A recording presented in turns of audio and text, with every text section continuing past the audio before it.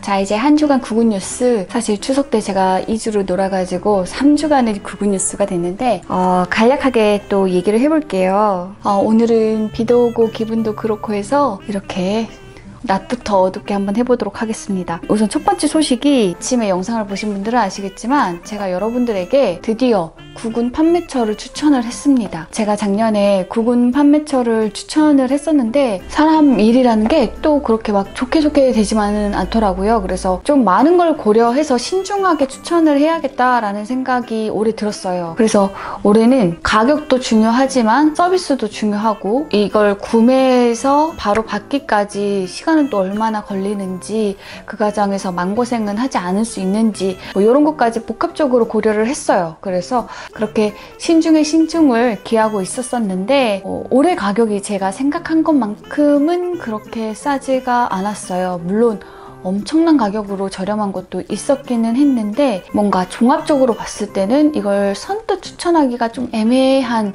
그런 게 있어가지고 어떤 걸 추천하면 좋을지 참 고민을 많이 하다가, 제가 튤립 같은 경우는 기준선을 구군 한 개당 500원으로 잡는다고 했잖아요. 그래서 이 기준에 충족하면서도 여러분들이 구매하면 너무 오래 기다리지 않고 마음고생하지 않고 받을 수 있고, 또 이것저것 다른 것도 취급을 해서 여러분들이 택배비도 아낄 수 있는 그런 기회가 있는 그런 판매처를 찾다 보니까 드디어 한 군데가 나와가지고 어제 밤에 찍어가지고 오늘 아침에 여러분들에게 공개를 했습니다. 그래서 자세한 내용은 그 영상을 보시면 될 것 같고요. 이것 외에도 추천해드리고 싶은 사이트가 한 군데가 더 있어요. 구독자 중에서 청라의 정원님이라는 분이 추천을 해주셨는데, 아산에 세계꽃 식물원이라고 하는 식물원이 있대요. 근데 여기에서 운영하고 있는 리아프 가든센터라고 하는 스마트 스토어가 있어요. 여기에서 튤립 구근을 5개에 1,500원에 팔고 있다고 하는 거예요. 그래서 제가 그 추천을 받고 바로 후다닥 가가지고 봤었는데, 일단 진짜로 1,500원에 판매하고 있는 품종은 해피 제너레이션이라고 하는 품종 하나였고요. 그리고 플레밍 플래그라고 하는 품종 같은 경우에는 1,750원, 옐로우 폼포넷은 1,800원. 이렇게 품종마다 가격이 조금씩 다르기는 하지만 한 개당 500원으로 기준으로 봤을 때 굉장히 저렴한 가격인 거는 틀림이 없었어요. 근데 좀 취급하고 있는 품종 자체가 적기도 했고, 여기 같은 경우는 무료 배송을 받으려면 10만 원을 구매해야 하더라고요. 근데 택배비가 4,000원이어서 내가 구근은 저렴하게 샀는데 택배비 혜택을 못 받고 사면은 이게 결과적으로 봤을 때 이익일까에 있어서는 조금 물음표가 있었어요. 그리고 거기가 이제 취급하고 있는 구근 중에서 제가 제일 욕심냈던 구근이 화이트벨리라고 하는 품종의 튤립이었는데, 요게 이렇게 가격이 붙으니까 비싸더라고요. 그렇게 개당 500원 선의 그런 좋은 가격이 안 나오더라고요. 그래서 아무래도 제가 좋아하는, 사고 싶었던 품종들은 좀 오히려 500원보다는 더 비싼 가격에 판매되고 있었기 때문에 결과적으로는 총합이 제가 생각한 선보다는 좀 위에 있었기 때문에 저는 구매를 하지 않았지만, 여러분들의 취향은 좀 다를 수가 있잖아요. 지금 현재는 좀 많은 구근이 품절되어 있는 상태이기는 하지만 그래도 아직 많이 남아있는 구근들이 있어요. 그래서 한번 가보시고 거기서 여러분들이 원하시는 구근을 아침에 추천했던 우리 하회 종묘보다 더 저렴하게 판매하고 있다면 택배비까지 고려해서 이쪽에서 사는 것도 나쁘지 않아요. 그래서 우리 하회 종묘에 이어서 리아프 가든센터라고 하는 곳을 추천을 드려봅니다. 이거는 9월 말 현재 기준이고요. 아무래도 구근이 하나씩 도착하고 있기 때문에 이거를 모았다가 판매를 하는 그 시기는 업체마다 다를 거예요. 업체마다 가격 측정하는 방식 같은 게 좀 다르기 때문에 이것보다 더 저렴한 구근이 나올 수도 있어요. 그래서 여러분들 그 점은 감안을 하시고 구근을 구입을 하시라 라고 말씀을 드리고 싶습니다. 자, 두 번째 구근 소식입니다. 구독자 김신영님이 월요일, 그러니까 9월 27일에 알려주신 소식이었는데요. 미스트랄 플러스 아주로라고 하는 품종하고 로사치아로 이 두 품종이 싹이 났다고 알려주셨어요. 그리고 그 다음 날에는 갈릴리 화이트, 아네모네 갈릴리 화이트도 싹이 났다라고 알려주셨어요.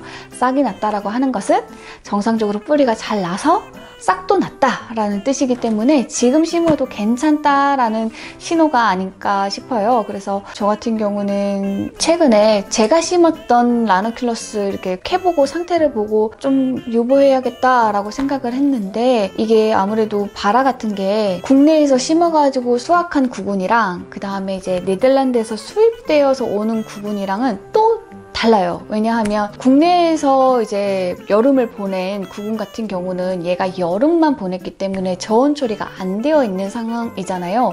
그래서 자연스럽게 저온 처리가 돼야 하기 때문에 진짜로 온도가 내려가야지만 뿌리가 나는데, 수입 구근 같은 경우에는 얘네들이 저온 처리를 하고 나와서 이미 휴면기에서 타파가 된 상태에서 수입이 되다 보니 얘네들이 환경만 맞으면, 그러니까 물이 있으면 얘네들이 그게 뿌리가 나고 싹도 나고 하기 때문에 지금 심어도 괜찮겠다라는 생각이 들더라고요. 온도도 제가 체크를 해보니까 밤 온도가 오늘은 비가 와서 그런지 몰라도 내일은 밤에 14도까지 내려가더라고요. 근데 또 날이 개이고 나면 다시 또 16, 17 이렇게 올라가고는 있었지만, 밤 온도만큼 중요한 게 또 낮 온도인데, 낮 온도 같은 경우는 꾸준하게 또 내려가는 추세에 있더라고요. 그래서 이 정도면은 이제 아네모네랑 라넌큘러스 심어도 괜찮겠다라는 생각이 들어서 이제 여러분들한테 심으라고 알려드리려고 합니다. 저도 요거 촬영 끝나면 불려가지고 심을 거예요.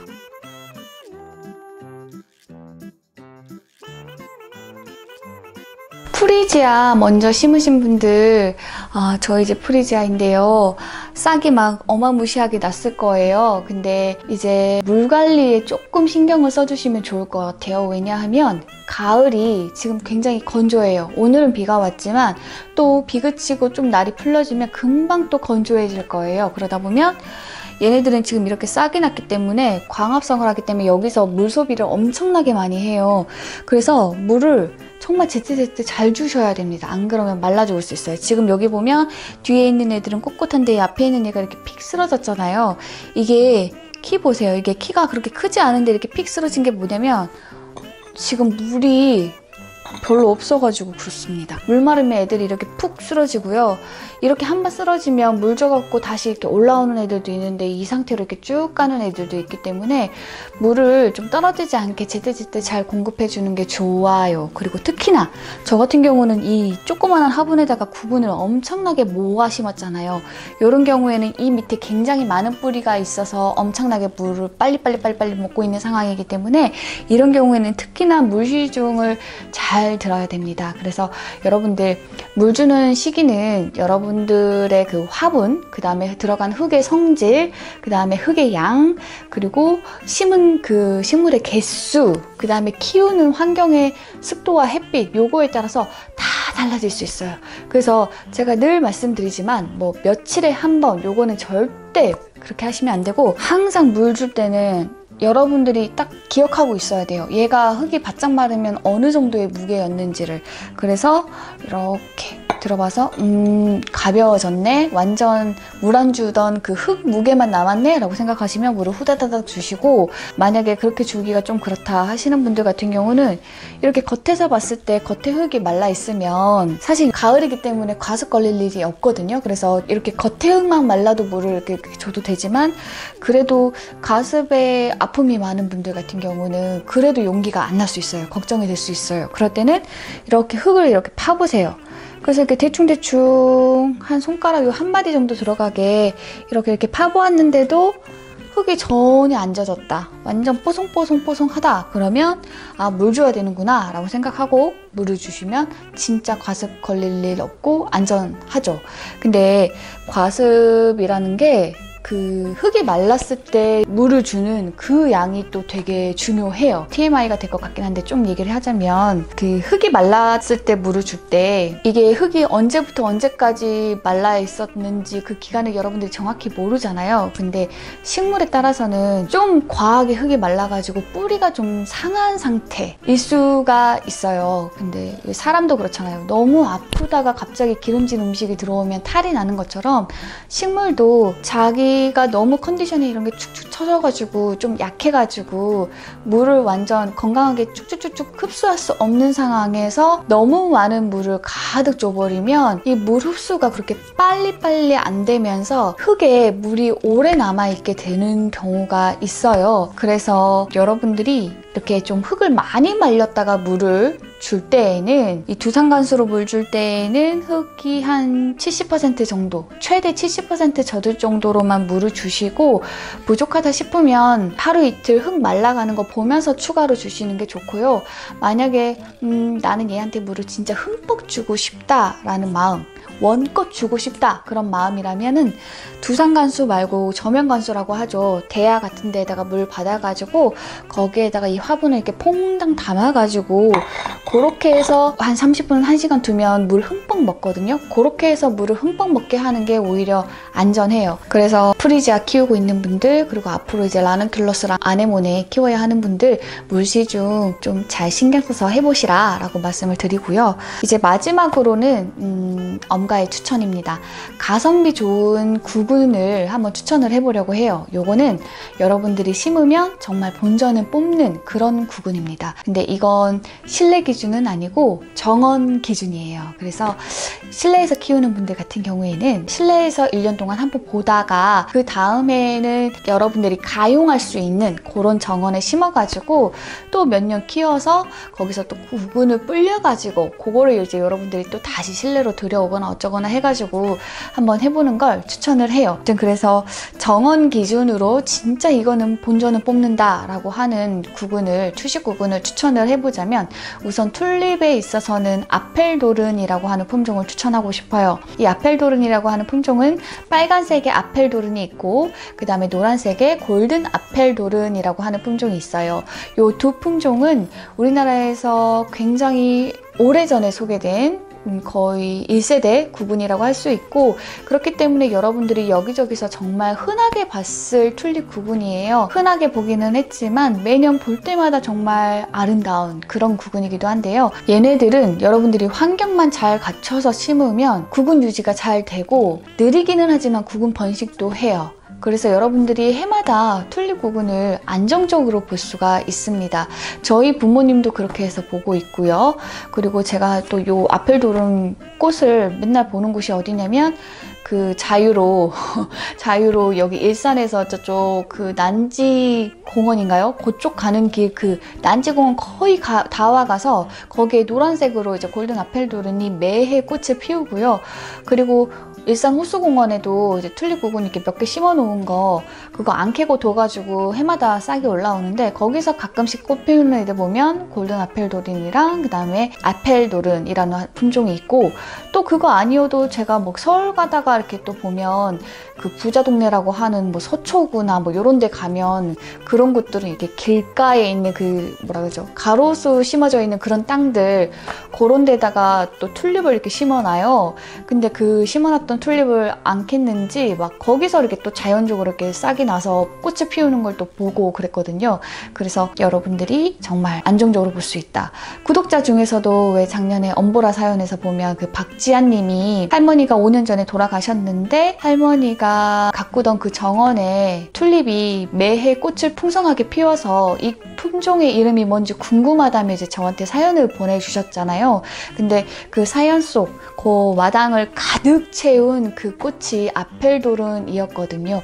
그러니까 여러분들 튤립은 소모성 구근이라고 알고 있지만 환경을 잘 맞추고 품종을 잘 고르면 매해 꽃을 볼 수 있으니 이 아펠도른 튤립을 한번 심어보시는 건 어떨까 추천을 드리고요. 튤립 품종에서 또 한 가지 제가 또 추천을 드릴 수 있는 게 네그리타라고 하는 품종이에요. 이거는 저 같은 경우는 실내에서 한번 키우고 그거를 아파트 정원에다가 심었는데 큰 구근 작은 구근 가릴 것 없이 이렇게 꽃이 피더라고요. 그래서 얘가 되게 실속 있다 그런 생각이 들었는데, 이게 튤립 구근이 첫 해에만 꽃이 피고 그 다음에 꽃이 안 피는 애가 있고, 첫 해에도 피고 그 다음에도 피는데 몇 년이 안 돼서 이렇게 소모가 되는, 진짜 사라져버리는 그런 구근도 있고, 그리고 해마다 꾸준하게 꽃이 피는 품종이 있대요. 그래서 저도 한 해, 두 해 본 것만으로는 얘가 계속 꾸준히 볼 수 있는 품종인 건가 단언하기가 어려운데, 네그리타 같은 경우는 제가 좋아하고 또 맨날 챙겨보는 블로거 중에서 외양간님이 해마다 튤립을 심으시는데, 그분이 심은 그 네그리타 품종이